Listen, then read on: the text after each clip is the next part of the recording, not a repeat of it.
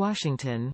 Reuters. U.S. billionaires would pay tax on unrealized gains from their assets to help finance President Joe Biden's emerging social policy and climate change legislation, according to a proposal unveiled on Wednesday by the top Senate Democrat for tax policy. The so-called billionaires tax, announced by Senate Finance Committee Chairman Ron Wyden, is part of a two-pronged legislative strategy that also includes a proposed 15% corporate minimum tax on the most profitable U.S. corporations, which was unveiled on Tuesday. Wyden and other lawmakers, including Democratic Senator Elizabeth Warren, say the legislation is intended to curtail tax avoidance by corporations and the wealthy and could generate hundreds of billions of dollars to pay for Biden's Build Back Better legislation, which is expected to cost between $1.5 trillion and $2 trillion. The White House backs the corporate minimum tax, which would dovetail with a global corporate minimum tax recently agreed by 136 countries and aimed at corporations that pay little or no tax by gaming the international tax. But the billionaires tax faces potential opposition from Democrats in the House of Representatives,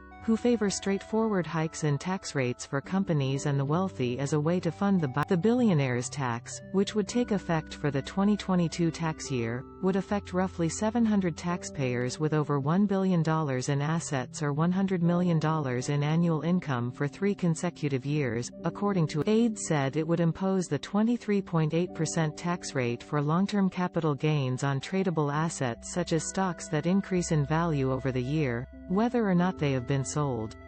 It would also allow taxpayers to take deductions for losses on assets. The tax would also impose levies on billionaire ownership stakes in businesses incorporated as pass-through entities and in trusts including real estate investment trusts, according to a statement. Reporting by David Morgan. Editing by Richard